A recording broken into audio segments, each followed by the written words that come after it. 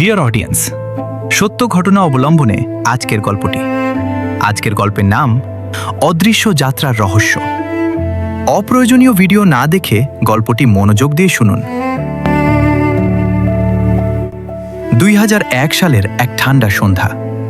Boston শহরের একটি বিশ্ববিদ্যালয়ে পড়ত 21 বছর বয়সী মাউরা মারে। বাইরে থেকে দেখলে তার জীবনটা ছিল একেবারে স্বাভাবিক।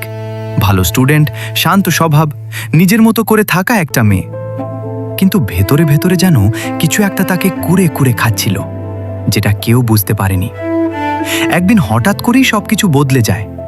মাউরা তার প্রফেসরকে একটা ইমেল পাঠায়।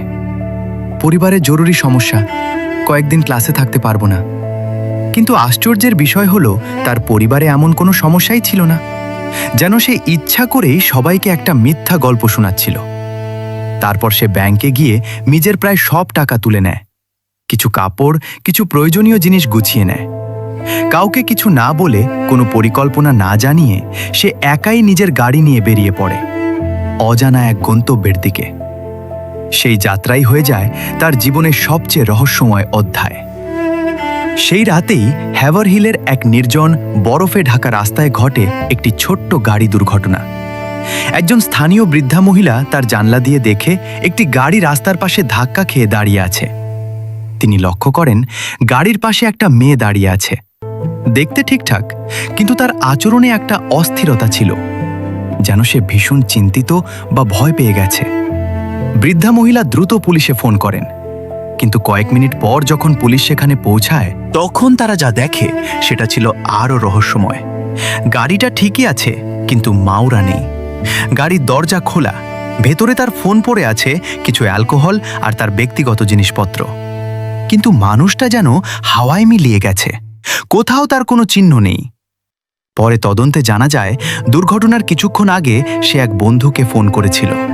তার কণ্ঠে ছিল অদ্ভুত এক শান্ত ভাব। সে শুধু বলেছিল, আমি একটু দূরে যাচ্ছি, সব ঠিক হয়ে যাবে। এটাই ছিল তার জীবনের শেষ শোনা কথা। এরপর শুরু হয় ব্যাপক অনুসন্ধান। পুলিশ, সার্চ টিম, কুকুর, এমনকি হেলিকপ্টার পর্যন্ত ব্যবহার করা হয়। পুরো এলাকা তন্ন তন্ন করে খোঁজা হয়। চারপাশে ছিল ঘন জঙ্গল, বরফে ঢাকা মাটি, যেখানে সামান্য হাঁটলেই পায়ের ছাপ পড়ে যাওয়ার কথা। কিন্তু অবাক করার মতো বিষয় হলো, কোথাও কোনো পায়ের ছাপ পাওয়া যায়নি। যদি সে হেঁটে চলে যেত, তাহলে কিছু না কিছু চিহ্ন থাকতো। যদি কেউ তাকে জোর করে নিয়ে যেত, তাহলে অন্তত একটা ক্লু পাওয়া যেত। কিন্তু এখানে কিছুই নেই, একদম কিছুই না। এটা যেন কোনো বাস্তব ঘটনা নয়, বরং একটা অদৃশ্য হয়ে যাওয়ার গল্প। বছরের পর বছর কেটে গেছে, কিন্তু রহস্যের জট একটুও খোলেনি।